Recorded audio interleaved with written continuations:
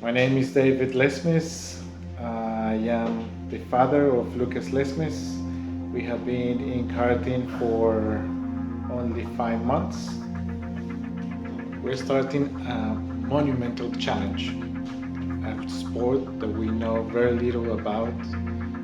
I am also working as the mechanic and engineer for him, and it is a very steep learning curve. You need to learn about how to properly maintain the vehicle, how to do the setup, and for him, well, that's one of the hardest parts.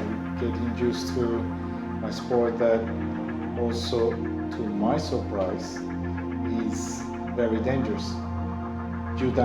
You run the risk of having a crash and potentially a flip over where you're gonna be very exposed to scratches or the neck in case you land on your head. And yeah, we have seen a few really bad accidents in these 5 months. That's why it's so important, and it's always emphasized. It is a dangerous sport. You have to follow the safety protocols and follow the guidelines given to you on the track. Lucas is starting at an age which is old compared to most of his competitors. That's why it's going to be a huge challenge to make it. Karting is expensive because you need the cart. A good cart is between $5,000 and $6,000. You're gonna need some tools and other devices that for racing probably another $3,000 to $4,000. You need a trailer to move everything around, another $5,000 to $6,000, and there's the ongoing cost.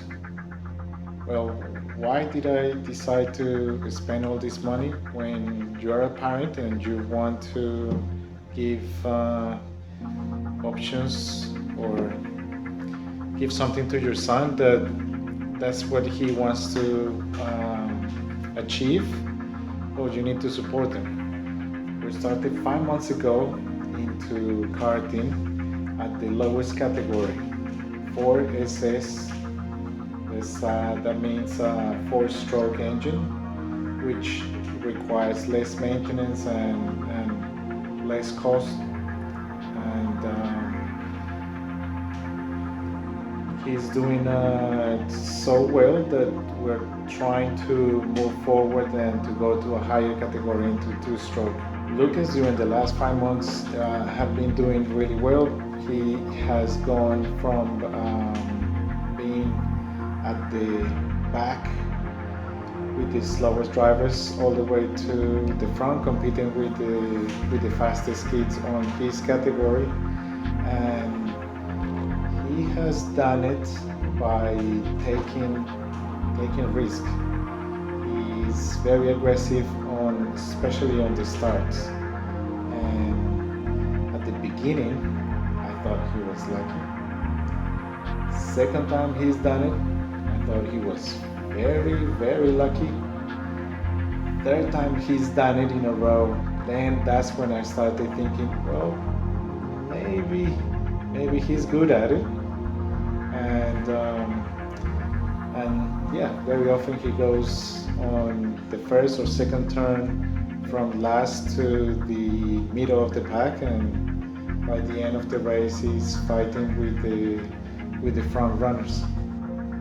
Now, being so aggressive at the start it also means that he takes his risk. One of the risks is being involved in a crash or accident where not only he can potentially get hurt, but also are going to cause damage not only to his car, to some of his mates' cars. And unfortunately, on his last race as a P player, he wasn't able to complete the race because he crashed on turn two. And from that point onwards, some of the parents have considered him a bit dangerous for being so aggressive, and I think it's a bit unfair, but yeah, they're calling him Danger Lesmes.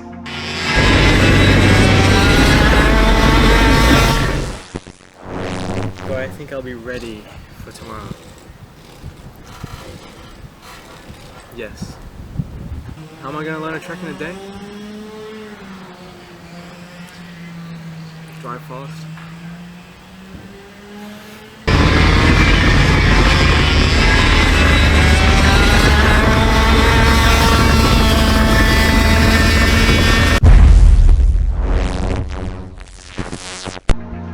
We arrived early.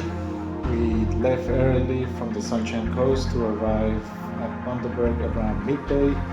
So we had all afternoon to do practice session, driving for the first time in the track.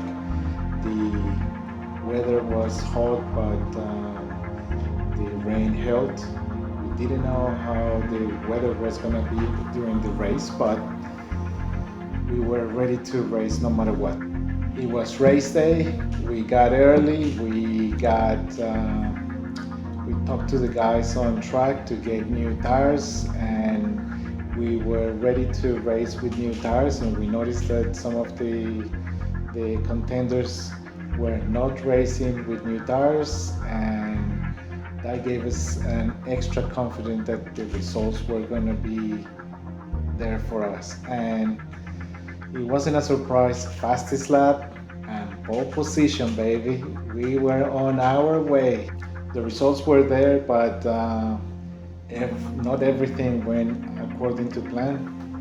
The track it was an unfamiliar track. There were different race lines. We were not sure where was the ideal race line. We were going to compete with some of the locals that had an advantage there, and yeah, we didn't know how it was going to turn out. But after looking the practice session and some of the moves that Jack was doing, we knew he was going to be a very tough day. Jack Dossel is the local champion from Bundaberg and the state champion at the 4-stroke category at junior level, and definitely the main contender for the day. Lucas had one afternoon to get to recognize and to practice on the track. The locals obviously had more time. This particular track on the day was reverse, so we were hoping that the locals did not have much practice on the track on the reverse circuit, but they probably have. So it was a tough challenge, but we were still confident with new tires we were going to be in the fight. Then it came the heats, and during the heats, Lucas got the first position, but in this particular track, being in pole position is not necessarily the best position. He doesn't have the ideal race line, and Jack was on second position and ready to pounce, and we saw some of the moves that he did during the practice, and definitely a great driver. And the results, well, unfortunately, as expected, the two locals were able to pounce in and get advantage of the local knowledge of the track and pass Lucas early on, and he finished third. Some of the locals, including there were three local kids. All three passed the two competitors that were coming from Ipswich, and they took advantage of their knowledge to pass both competitors, and Lucas struggled to look for a spot and recover from fourth position all the way back to third. I can tell Lucas was disappointed. He was hoping that similar results to the good results he was having at Ipswich would come his way now that he didn't have to start from the back. But it didn't go his way. This is a very hard sport. The difference between the winner and the last one, it is measured in sometimes in tenths of a second. Every little mistake, every miss of concentration is gonna cost you time, and once those start to accumulate, there's nothing you can do. You are gonna fall behind. Yeah, if you want to compete, you have to take your chances, and no matter what, try to do your best. I could tell by the middle of the race there was a bit of heartbreak, because he was pushing at the beginning. First 6 laps, he was there closing the gap. The first 2 kids were fighting each other for the first place, and they were dragging each other slowly, and Lucas was catching up, but by the middle of the race, disaster. I saw him. He gave up. He just slowed down and decided to enjoy the view rather than to keep racing. And I think rather than the disappointment of not winning, which is still third place is a great position, the really disappointing thing was looking at him giving up in the middle of the race. No matter what sport you are, you never give up. You should be fighting every single time, all the time, until it is completely over. Until the final whistle, until you cross the finish line. You need to be fighting, always trying to improve yourself. Yes, I would not consider it a loss. It was third position. It was really good. He got a prize, and he gained very valuable experience.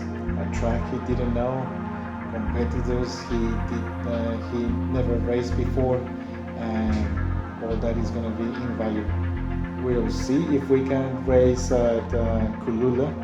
It depends if we sell the car or not, because we're moving to a new category, 2-stroke, and it's going to be faster and more competitive and way more difficult, including the expense. It's also going to be not only more dangerous but more expensive to race. We're new to the sport, Lucas and I, we don't know much, so we're looking for ways to improve faster. He started in this sport at an age that it is much later than many of his competitors, so if we're going to catch up, we're going to have to use as much help as possible. Where are we going to be? I think we're going to be at least in the middle of the pack towards the front. At the very least at the middle of the pack. And we're going to fight throughout the season to see how far up in the pack we can move.